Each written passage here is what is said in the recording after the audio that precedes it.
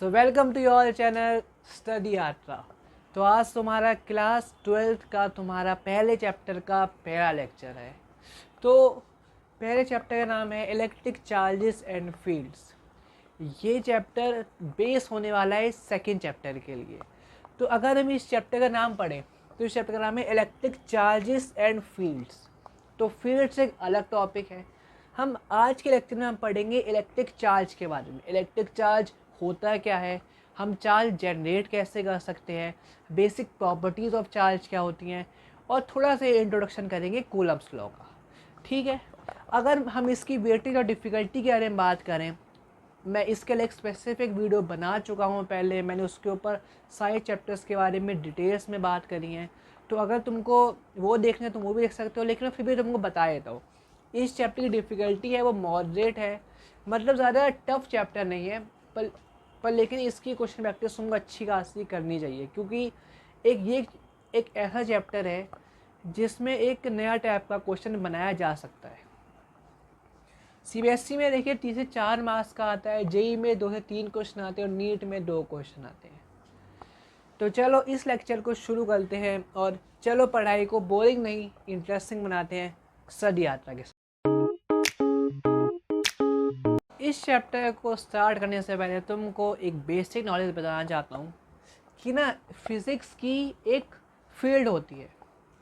Physics की एक ये फील्ड है जिसका नाम है इलेक्ट्रोमैग्नेटिज्म। इलेक्ट्रोमैग्नेटिज्म ये एक फ़िज़िक्स की फील्ड है, मतलब जिसके बारे में तुम आगे पढ़ाई करोगे। मतलब आगे आई मीन 12th में नहीं, अगर तुम आगे फिज़िक्स को और अच्छे से पढ़ना चाहते हो तुम उसमें इस फील्ड को तुम और अच्छे से पढ़ोगे। लेकिन जितना 12th में है, 12th में ना इसकी 2 ब्रांच है। एक आता है इलेक्ट्रो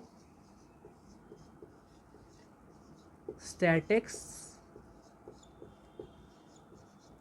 और एक आता है इलेक्ट्रो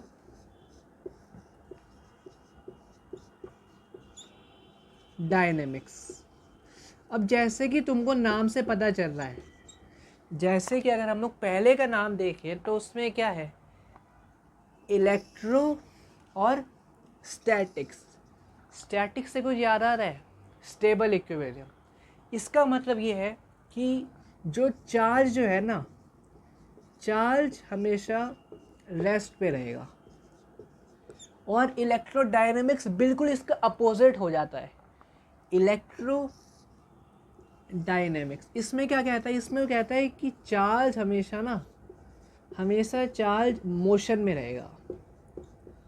तो सर आप क्यों बता रहे हो आप ये? इसका मतलब ये है कि तुम लोगों का जो फर्स्ट और सेकंड चैप्टर है वो आता है इलेक्ट्रोस्टैट्स में, और जो थर्ड और फोर्थ चैप्टर है वो आता है इलेक्ट्रोडायनेमिक्स में।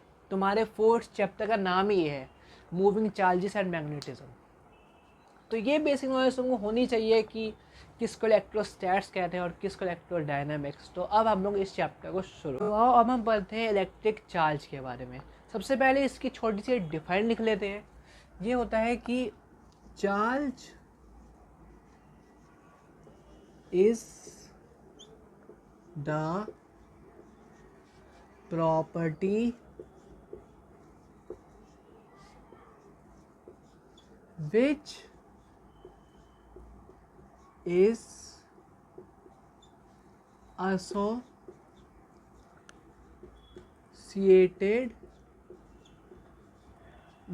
associated with matter to produce electrical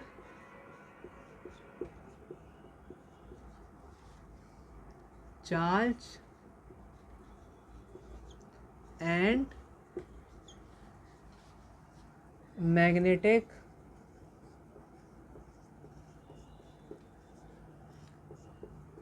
fields। मतलब तुम समझे कि चार्ज एक ऐसी प्रॉपर्टी है मैटर की जो कि फर्दर प्रोड्यूस करता है इलेक्ट्रिकल चार्ज और मैग्नेटिक फील्ड।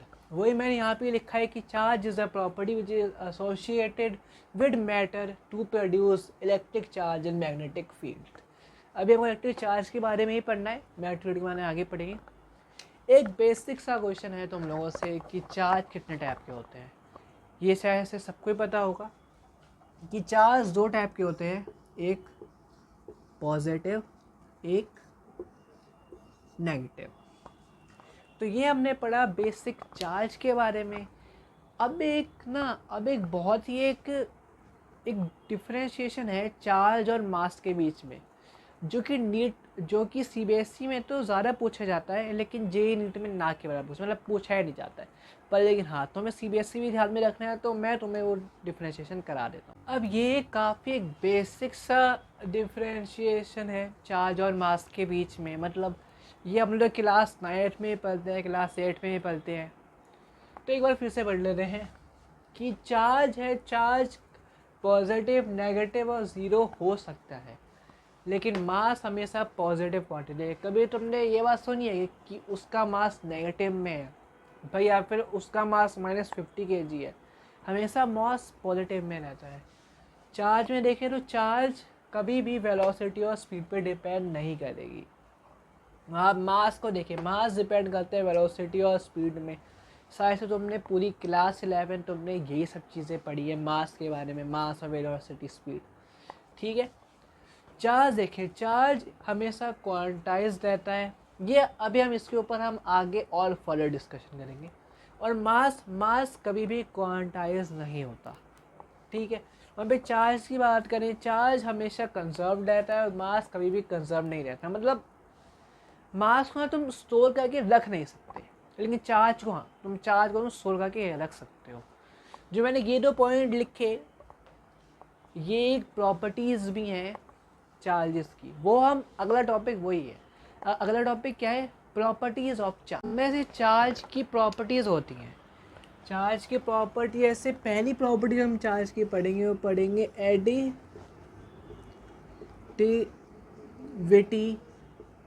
Of charges. अब इसका मतलब क्या है? मान लेते हैं मान लो तुम जहाँ भी तुम बैठे हो ना, वहाँ पे चार्जेस हैं। तुम चारों ओर चार्जेस से घिरे हुए हो। तो मान लेते हैं तुम्हारे पास कहीं चार्ज 1 है, कहीं तुम्हारे पास चार्ज 2 है, कहीं तुम्हारे पास चार्ज, ऐसे तुम्हारे पास ना n नंबर ऑफ चार्जेस हैं। तो एडिटिविटी ऑफ चार्जेस यही कहती है कि तुम चार्जेस को प्लस कर सकते हो। Charge 1, charge 2 plus charge 3, charge n। यही एक बेसिक प्रॉपर्टी हमारी कहती है एडिटिविटी ऑफ चार्जेस। एक और मैं बता दूं कि चार्ज एक स्केलर क्वांटिटी है। स्केलर का मतलब आपको पता होगा कि चार्ज की कोई भी डायरेक्शन नहीं होती, पर लेकिन हाँ उसका मैग्नीट्यूड होता है। ठीक है, फिर इसमें फिर दूसरी इसकी प्रॉपर्टी आती है। दूसरी प्रॉपर्टी हम बात करें, दूसरी प्रॉपर्टी आती है कंजर्वेशन ऑफ चार्जेस। ये शायद से सब नहीं पढ़ा होगा कि charge can neither be created nor be destroyed. तो इसी प्रॉपर्टी को हम लोग बोलते हैं कंजर्वेशन ऑफ चार्जेस। अगर हम लोग इन्हीं चार्जेस को एक आइसोलेटेड सिस्टम में अगर हम लोग इन्हीं चार्जेस आइसोलेटेड सिस्टम में रख दें, तो फिर जो एक टोटल चार्ज जो होगा वो हमेशा कांस्टेंट रहेगा। ठीक है, यही कहते हैं हमारा कंजर्वेशन ऑफ चार्जेस। अब वहीं पर ही तीसरी इसकी प्रॉपर्टी आ जाती है क्वांटाइजेशन, जिसकी मैं आपके साथ अभी बात कर रहा था। क्वांटाइजेशन ऑफ चार्ज क्या होता है? बेसिकली चार्ज क्या है? चार्ज की ना कोई एक फिक्स वैल्यू नहीं है। हाँ, हम ये कह सकते हैं कि हाँ भाई कि चार्ज एक इलेक्ट्रॉन पर 1.6 इंटू 10 समथिंग कुछ होता है, ये हम लोग कह सकते हैं कि एक इलेक्ट्रॉन पे इतना चार्ज है। पर लेकिन चार्ज की ना अपनी कोई वैल्यू नहीं है, तो इसीलिए ना उसकी बहुत सारी ऑर्बिटरी वैल्यूज़ हैं। तो इसीलिए वो उनमें से किसी भी ऑर्बिटरी वैल्यूज़ में से वो किसी एक वैल्यू को पकड़ लेता है, और उसी को हम लोग कहते हैं क्वांटाइजेशन ऑफ चार्जेस। ठीक है, अब हमने चार्जेस पढ़ लिया। अब हम देखते हैं कि चार्ज जनरेट कैसे होते हैं। वैसे तो सबको पता है, लेकिन फिर भी जब सिलेबस में है तो पढ़ना तो पड़ेगा। तो अब टॉपिक है टाइप्स ऑफ चार्जेस। देखो, एक तो हम सबको बेसिक सा पता है कि पहला जो मेथड होता है चार्ज करने का वो होता है विद कांटेक्ट। अब ये होता कैसे है वो आई गेस सबको ही पता होगा, लेकिन फिर भी मैं बता देता हूँ।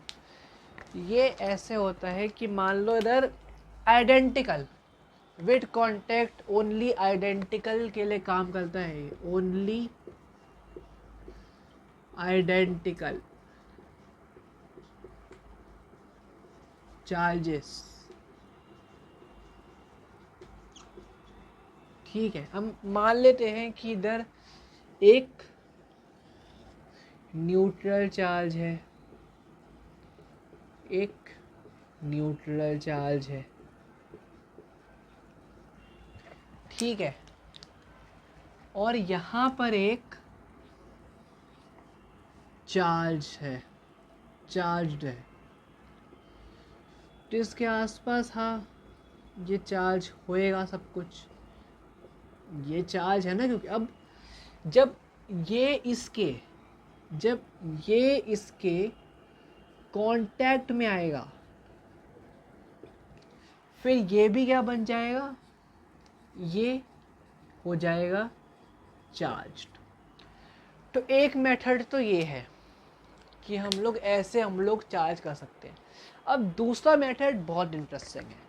अब दूसरा मेथड है बाय फ्रिक्शन। हाँ, बाय फ्रिक्शन में हमको बेसिक हम सबको पता है कि फ्रिक्शन में क्या होता है। दो चार्जेस है भाई, दोनों चार्जेस कांटेक्ट में आए भाई, हमने उन दो चार्जेस को हमने एक साथ रब करा, क्या रब प्रोड्यूस करने से हीट जनरेट हुई। ये सब चीज़ें सबको पता है, पर लेकिन हाँ हम लोग क्लास 12th के बच्चे हैं, तो हमको इसको थोड़ा और डीपली पढ़ना चाहिए। ठीक है, तो अब जैसे हम लोग इसी को ले लेते हैं, हम लोग इसी को ही ले लेते हैं कि ये ना दो चार्जेस हैं। ये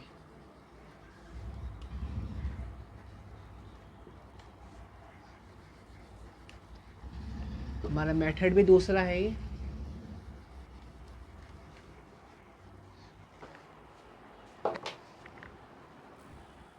ठीक है, तो अब हमारा सेकंड मेथड है with friction.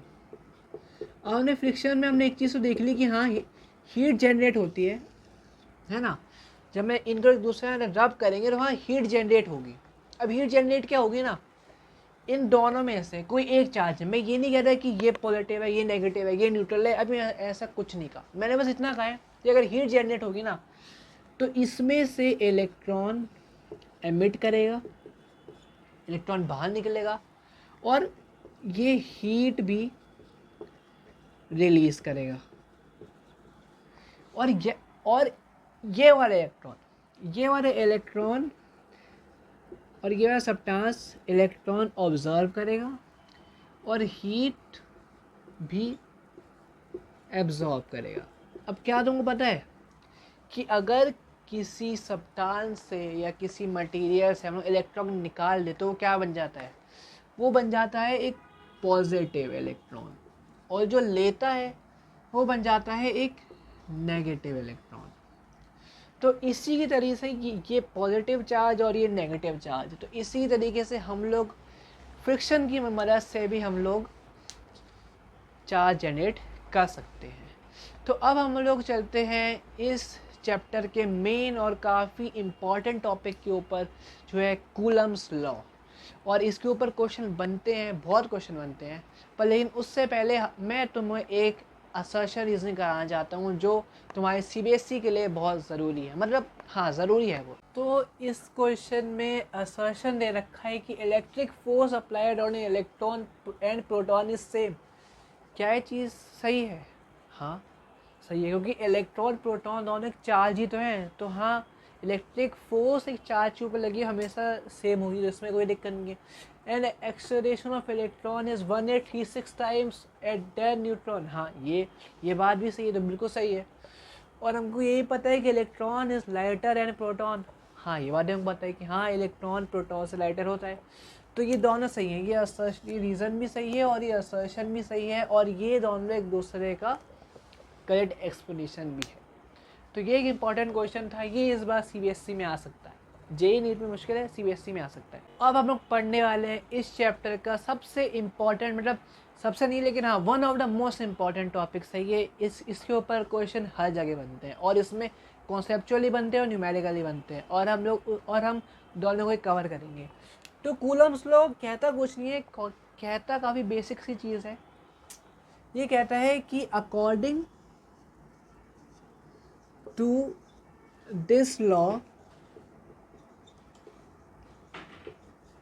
If two stationary का मतलब रेस्ट पर, if two stationary point charges are kept at distance r, then the repulsive and attractive force will be। अब तुम्हें देखो क्या कह रहा है कि अगर इस लॉ में, सबसे पहले हम ना समझने की कोशिश करते हैं तो क्या कह रहा है। According to this law of two stationary point charges, electrostatics में हमेशा पॉइंट चार्जेस ही यूज़ होंगे, कभी भी बड़ा चार्ज नहीं लगेगा। तो हमेशा वैल्यू देखोगे न्यू कूलम में, ठीक है ये बात। अब क्या लिखा है, two stationary point charges. Okay बना लेते हैं हम लोग, दूसरे कलर से बना लेते हैं, ठीक है। तो ये दो पॉइंट चार्जेस हैं, इसको बोल लेते हैं Q1 और इसको बोल लेते हैं Q2। कैमरे में आ रहा है ये, चेक कर लेता हूँ मैं, इतने इंच तक आ रहा है, हाँ बहुत इंच तक आ रहा है। तो इसमें क्या तुम मान रहे हो कि सेकंड एक रिपल्सिव या फिर एक अट्रैक्टिव फोर्स लगा रहा होगा वन पे, है ना। तो हम लोग मान लेते हैं कि वो रिपल्सिव फोर्स लगा रहे हैं, दोनों एक दूसरे के ऊपर। अट्रैक्टिव भी लगा सकते हैं, लेकिन हम मान लेते हैं कि ये रिपल्सिव फोर्स लगा रहे हैं। तो अगर रिपल्सिव, तो ये ऐसे जाएगा, फोर्स इस तरफ लगेगा F21, ठीक है। और वही रिपल्सिव फोर्स 1v2 पे लगाएगा F12, है ना। और हमको एक और चीज़ भी हमको बोली गई है कि इनके बीच का जो डिस्टेंस है वो r है। तो मान लेते हैं भाई इनका डिस्टेंस r है। तो क्या तुम एक चीज़ देख रहे हो, तो क्या तुम एक चीज़ समझ रहे हो कि जो फोर्स होगी वो वो डायरेक्टली प्रोपोर्शनल होगी Q1 और Q2 चार्जेस के। जितना बड़ा चार्ज उतना ज़्यादा फोर्स। पर लेकिन क्या तुम्हें एक और चीज़ पता चल रही है कि फोर्स जो होगी वो इन्वर्सली प्रोपोर्शनल होगी डिस्टेंस के। क्या तुम्हें एक चीज़ समझ में आ रही है, क्या समझ में आ रही है कि जो फोर्स की जो रिपल्सिव होगी वो होगी 1/, रिपल्सिव इन्वर्सली प्रोपोर्शनल होगा 1/r² के। और ऐसा क्यों होगा, ऐसा इसलिए होगा क्योंकि अगर ये लोग रिपेल कर रहे हैं, तो हमने माना है कि एक दूसरे को रिपेल कर रहे हैं, तो हाँ अगर इनका डिस्टेंस अगर कम होगा तो फोर्स ऑफकोर्स बढ़ेगी ही, ठीक है। तो क्या हम लोग इससे हम एक कंक्लूजन निकाल सकते हैं कि F जो है वो इन्वर्सली प्रोपोर्शनल है Q1 Q2 bye R square. अब तुमको पता है कि हम लोग प्रोपोर्शनैलिटी का साइन हटाने के लिए हम लोग एक कांस्टेंट लगाते हैं। तो ना फिर अब हम एक कांस्टेंट लगा देंगे इधर, जो बन जाएगा F इज़ इक्वल टू के Q1 Q2 bye R square, ये बनता है। और यही तुम्हारा कहता है कूलम्स लॉ, जहाँ पे Q1 और Q2 क्या है, चार्जेस, और आर स्क्वायर क्या है, डिस्टेंस बिटवीन द चार्जेस। और वहीं पर K है एक कूलम्स लॉ कांस्टेंट बोल देते हैं या फिर कांस्टेंट बोल देते हैं, जिसकी वैल्यू होती है 9.1 इंटू 10⁻⁻31। ये होती है इसकी वैल्यू। नहीं, एक मिनट, ये हल्का सा गलत हो गया। 9.1 into 10⁻9 newton metre square coulomb square, ये इसकी वैल्यू होती है। और इसको हम लोग कूलम्स लॉ कांस्टेंट भी बोल सकते हैं। तो इन दो चीज़ों को ध्यान में रखिए। ये क्वेश्चन देखो, ये JEE 2022 का क्वेश्चन है कि a charge Q is divided into two parts when the force between them is maximum, find charge on each part। तो अगर हम लोग क्या करें, अगर लेट द किसी एक क्यूब x मान लेते हैं, let the charge on one be x, तो अनदर, तो दूसरे वाले के पास Q माइनस एक्स ही होगा। तो फिर अनदर चार्ज जो होगा वो होगा Q माइनस एक्स। ठीक है, हमने अभी जस्ट पढ़ा कूलम्स लॉ, तो हम उस पर अप्लाई करने की कोशिश करते हैं। F is equal to x Q minus x by R square. यहाँ तक कोई दिक्कत नहीं। ठीक है, अब हम ना इसको थोड़ा और सिंप्लीफाई करने की कोशिश करते हैं, जैसे कि x theta minus x square upon में आर स्क्वायर। ठीक है, यहाँ तक कोई दिक्कत नहीं है ना। अब हम क्या करेंगे, जब हमको दे रखा है एक, इसमें बहुत ही अच्छा एक ट्विस्ट है कि इसमें दे रखा है मैक्स फोर्स। जो जब भी हमें किस चीज़ को मैक्स करना हो तो हम डिफ्रेंशिएशन करते हैं। तो हम क्या करेंगे, हम लोग ना फोर्स की रिस्पेक्ट में हम लोग डिफ्रेंशिएट कर देंगे और इसको इक्वल टू 0 कर देंगे। तो अगर हम लोग एक्स की रिस्पेक्ट में अब हम लोग फोर्स को अगर हम लोग करेंगे तो ये डिफ्रेंशिएशन होके बन जाएगा x theta minus 2x by R square is equal to 0। यहाँ तक आई डोंट थिंक सो यहाँ पे। ठीक है, ये डिफ्रेंशिएशन होके बन जाएगा Q माइनस 2x अपॉन में आर स्क्वायर, क्योंकि x का डिफरेंशियल चलना था, यहाँ से x गया और यहाँ से 2x यहाँ का ऊपर आ गया। ठीक है, तो यहाँ तक कोई दिक्कत नहीं है। तो अभी अगर ऊपर चले जाएगा, फिर हम इसको Q माइनस 2x को बराबर कर देंगे 0 के, ये दिख रहा है। हाँ, तो फिर अगर हम लोग ऊपर कर देंगे तो ये आर स्क्वायर इधर जाके 0 हो जाएगा। तो बचेगा क्या, Q minus 2x is equal to 0, मतलब Q की वैल्यू 2x और x की वैल्यू Q बाई 2। मतलब जो दोनों पे जो चार्ज है वो Q बाई 2 चार्ज है। तो अगर हम लोग ईच पॉइंट में निकालने का आंसर हो तो इसका आंसर होगा Q by 2 and Q by 2, ये इसका आंसर है। अब बस एक और क्वेश्चन, फिर उसके बाद हम इस लेक्चर को ख़त्म करते हैं। अब ये एक ऐसा क्वेश्चन है जो तुमने सोचा भी नहीं होगा कि JEE ऐसे घुमा के पूछेगी एक छोटे से कॉन्सेप्ट को, और जिसको छोटे से कॉन्सेप्ट नहीं आता वो ये क्वेश्चन नहीं कर पाएगा। ठीक है, तो एक बार क्वेश्चन पढ़ते हैं। JEE 2024 का क्वेश्चन है। इसमें लिखा है 2 identical charge pairs P and S, मतलब दो चार्ज स्पेयर है P and S with charge Q on each, दोनों पे चार्ज क्यू है वो एक दूसरे को रिपेल कर रहे हैं, मतलब कि जो दोनों चार्जेस हैं वो सेम है, ठीक है। Repel each other with F is equal to 16 newton, दोनों के बीच में फोर्स है वो 16 न्यूटन है। और एक थर्ड आइडेंटिकल चार्ज स्पेयर, मतलब दो चार्ज है, एक तीसरा अनचार्ज स्पेयर आया, are brought in contact with two spheres, मतलब पी और एस के कॉन्टैक्ट में आ गया आर जो कि एक अनचार्ज स्पेयर है।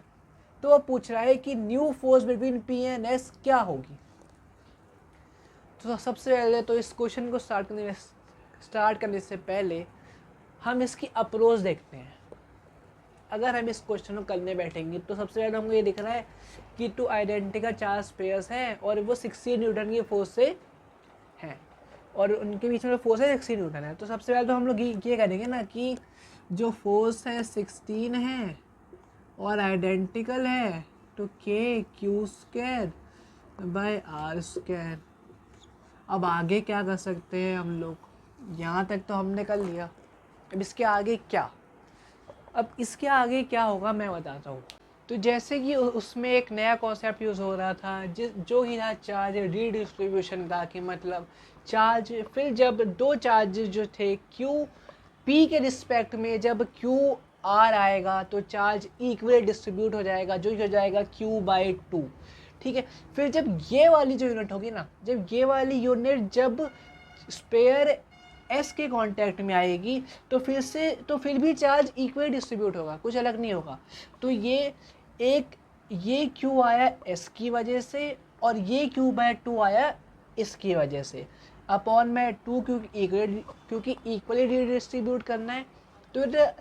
तो इसकी फाइनल वैल्यू आ जाएगी 3Q/4।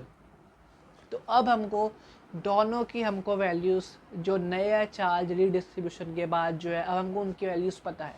तो उसको कैसे करेंगे, फिर जो नया जो वैल्यू आई है वो ये P is equal to charge by upon में 2 और S की वैल्यू आई है 3Q/4। फिर अब इसमें कुछ नहीं है, अब हम इसमें कूलम्स लॉ लगा देंगे। कूलम्स लॉ का कहता है F' is equal to Q/2 upon में 3Q/4 अपॉन में R स्क्वायर। फिर जब हमने इसको सॉल्व करेंगे तो F' की वैल्यू आ जाएगी 3Q²/8R स्क्वायर। हमारे पास ये इक्वेशन फर्स्ट जो हमारे पास पहले से हमको क्वेश्चन में गिवन थी, उसके बाद ये दूसरी इक्वेशन, इन दोनों इक्वेशन को हम इक्वेट कर देंगे। तो जैसे कि तुम देख सकते हो कि फर्स्ट इक्वेशन मैंने लिखी 3Q²/8R स्क्वायर, फिर नीचे 16 लिखा, फिर Q²/R स्क्वायर, फिर Q स्क्वायर से Q स्क्वायर कट गया, R स्क्वायर से R स्क्वायर कट गया। तो फाइनली हमारे पास क्या बचा, F' is equal to 3/8 into 16। तो इसको सॉल्व करो, आंसर आ गया 6 न्यूटन। तो F' की वैल्यू आ गई 6 न्यूटन। तो ये एक बहुत ही इंपॉर्टेंट क्वेश्चन था और मेरे को लगता है कि ऐसे क्वेश्चन और भी आ सकते हैं। तो इस क्वेश्चन को एक बार फिर से करके देख लेना।